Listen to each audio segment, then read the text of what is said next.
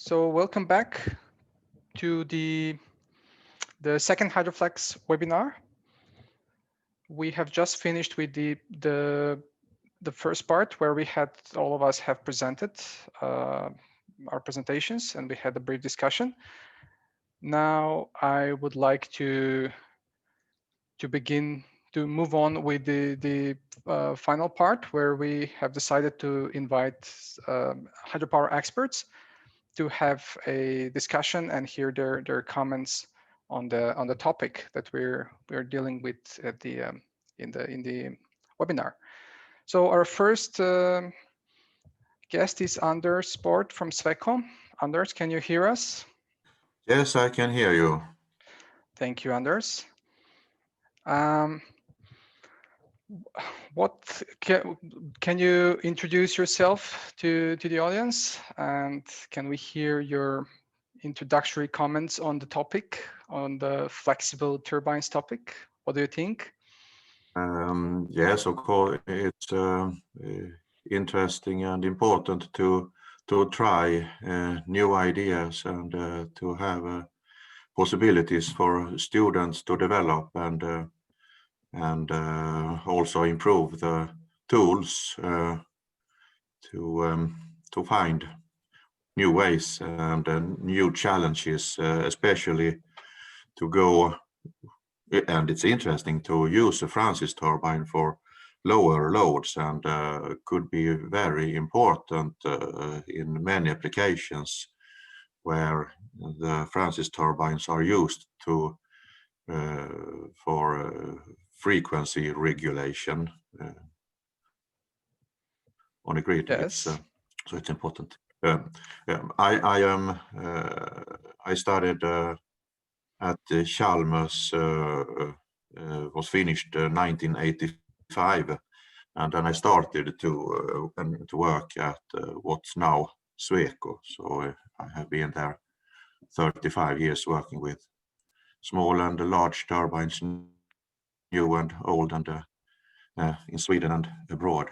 So in several disciplines, of course, even if my study at Chalmers was mainly focused on flow, on fluid flow. Yes, that's great to hear that you have a long experience with hydropower and turbines, to be honest. I would also invite Jan Tore Bildal from Rainpower. Jan Tore, can you hear us? Yeah, I can hear you. Can you say a few words about yourself and give us a brief commentary on our Hydroflex work package? Of course, we are scratching the surface here, but please free to speak your mind. Yeah, feel free. Yeah, Jan Tore from Rainpower. I have around 20 years experience with the design of Francis and mainly Francis and pump turbines, and I'm now the department manager for hydraulic design here. I worked in Kværner, and then we moved on to General Electric for 8-9 years, and in Rainpower now for almost 12 years. So I have a little bit experience. Yes, thank you very much. That's good to hear. I would just start our discussion with one question. Obviously, you're very experienced in your field and in the hydropower sector as well. So from your own experience in the everyday business, do you see the anticipated change in the way turbines are being operated? So do we see more rougher operation to the turbines nowadays? How problematic does this becomes, and how fast are these changes happening? So, yeah, the changes is pretty fast now. You see requirements for larger operation domain. They want to run at part load, and it's more start stops. So it's a challenging for a Francis turbine. Mm-hmm. So this is from the producer perspective. What about from the consultants, Anders? What is your experience with the? Do we see the changes in turbine operation? Well, in Sweden, it's a lot of things happens. The nuclear power is reduced, and wind power is growing very much. So this means, of course, that the production is the part of production which is unpredictable is increasing, and the stable nuclear power is reducing. So it means that hydropower is even more necessary or used to compensate for the change of production from wind power. And then it's also another large challenge in Sweden. The wind power is mainly built in North Sweden, and the large consumption is in South Sweden. So nuclear power in South Sweden is reduced, and it means more energy has to be transported from North Sweden to South Sweden. So it's a large challenge. But Yeah. if you go to the in Sweden, it's a lot of Kaplan turbines. They are, and I'm afraid that they are used over the design capacity when the need of power is large. It's the operation staff is tempted to open up the Kaplan turbines over the design capacity, which can cause cavitation and vibrations and of course loss of efficiency. Yeah. In Hydroflex, when we speak about flexibility, we mainly think on having more start stops up to 30 a day, more frequent power adjustments, more off-design operation, and of course, all these operating conditions will increase the fatigue load on the turbine and reduce the lifetime. Do turbine customers nowadays specify the number of start stops, for instance, that they need their unit to perform a day? Or what else is specified regarding the flexibility nowadays? Can you answer on that? Usually it's written in the tender documents, the required the ability to start and stop units, starts and stops each year. So it's an annual, it's not specified per day, for instance. Or it's annual.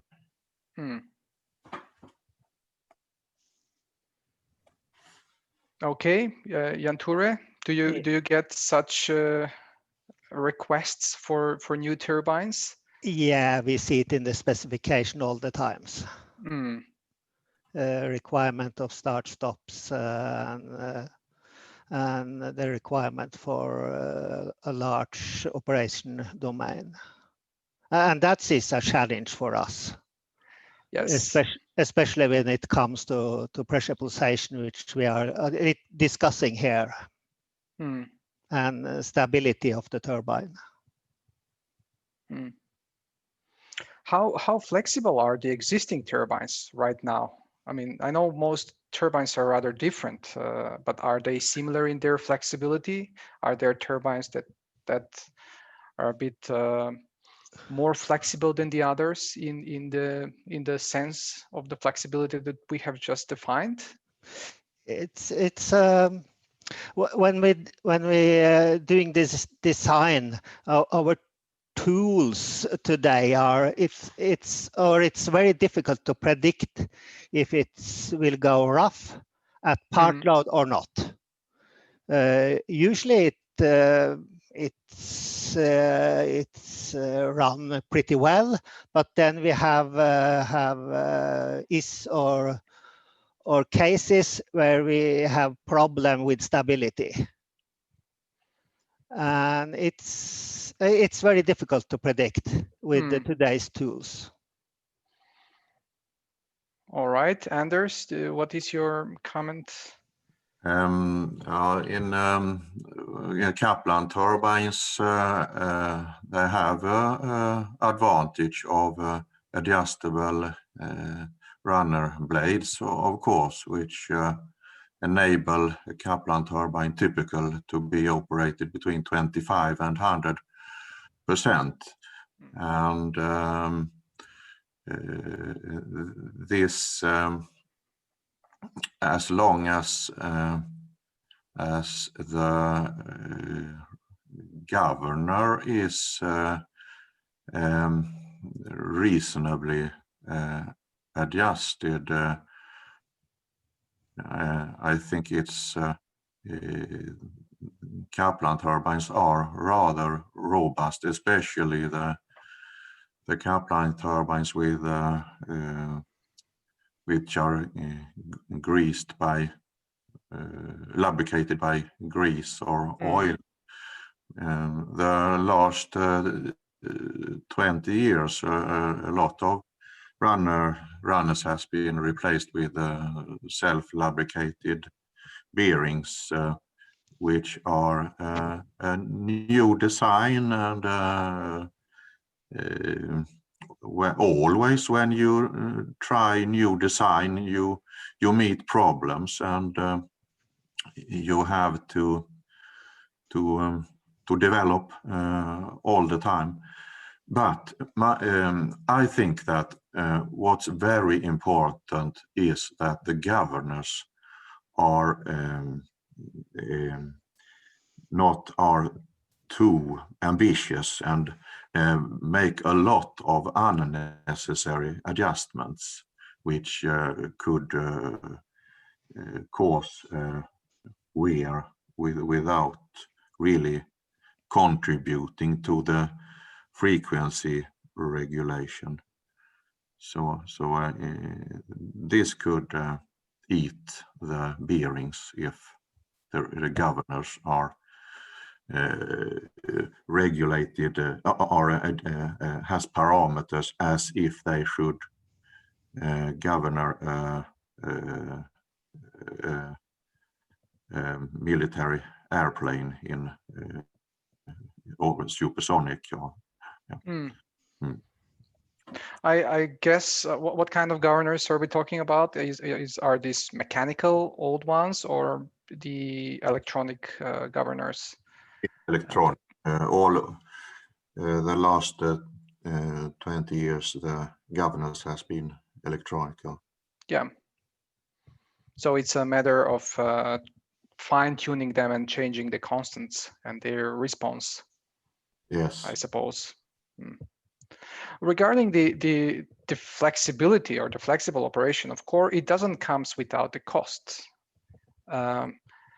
And this is where it gets very complicated, at least for the electricity producers to evaluate the added cost of flexible operation. Do you have any experience with it? Do you use any tools to evaluate these costs for flexible operation? I mean, well, it has been in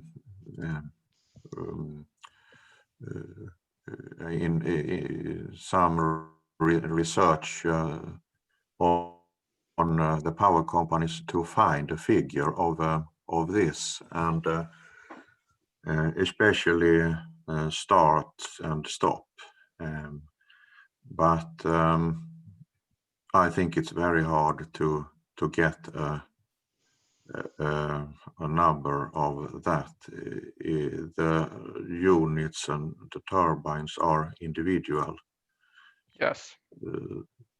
and they are even if two similar turbines, even two similar units can have different costs of starts and stop depending on the sequence, how they are started, and especially at the start is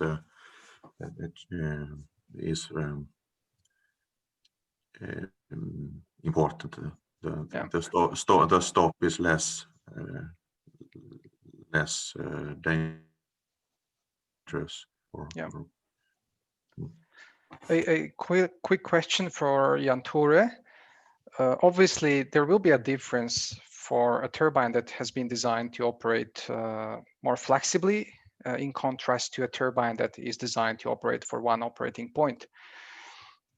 And obviously, the design philosophy and the manufacturing will be slightly different. Is there any price difference when a turbine is being sold? Let's say a more flexible turbine, is it more expensive? Is it cheaper? Is it the same? Does it matter? Yeah, I think it's more or less the same if you can do the analysis correctly, but the structural integrity becomes an issue.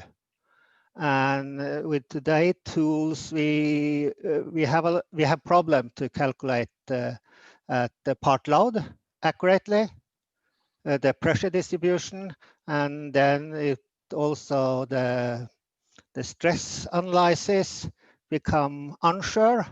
Mm-hmm. So in the last years, I've seen they have moved to doing stress analysis on the prototype or measurements.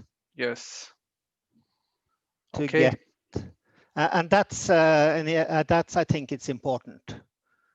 Then you also can start to calibrate our design tools. Yes, well, that is part of the research goals and objectives within Hydroflex. So we're trying to build a tool, and also we're calibrating it, and we're trying to make it as simple as possible, but in the same time as accurate as possible, to of course help the customers, help the industry to decide what kind of turbine do they need and what to expect from it. What do you think? Are we on the right track in Hydroflex? Are we addressing flexibility well enough? Do you want to see something else? What is your opinion? Do you have any? Yeah, I'm thinking you are in the right direction. All right. So that's I'm looking forward to see if we also can utilize the knowledge you get here. Do you have any suggestions that we might use, for instance? Do you have any, like, try to investigate so-and-so problem, or focus a little bit more on this or on that? Yeah, this fins, for example, or you call it guidelines, yeah, in the draft tube. Yes. Because I think all manufacturers, suppliers have tried with the fins in the draft tube in mold test, and we do that only when we are really desperate. All right. But our experience so far is okay. It's reduced the pressure pulsation a little bit. But we also get a problem with cavitation on the fins. Mm. We have only used fixed fins so far. The cost and complexity of regulating mechanism has scared us a little bit. Yeah, well, hopefully we will help a little bit in that area. Okay, and we also see that always when we introduce fins, the efficiency suffer. I saw the conclusion from the presentation was that the efficiency was kept was, but our experience is we lose a little bit. Yeah. It's an obstruction in the draft tube. Yes. Well, So, we'll hopefully the experimental results will be more accurate, and more aspects of the fins, of the adjustable fins, will be revealed. Of course, we expect to find maybe some problems with the tip vortices that the fins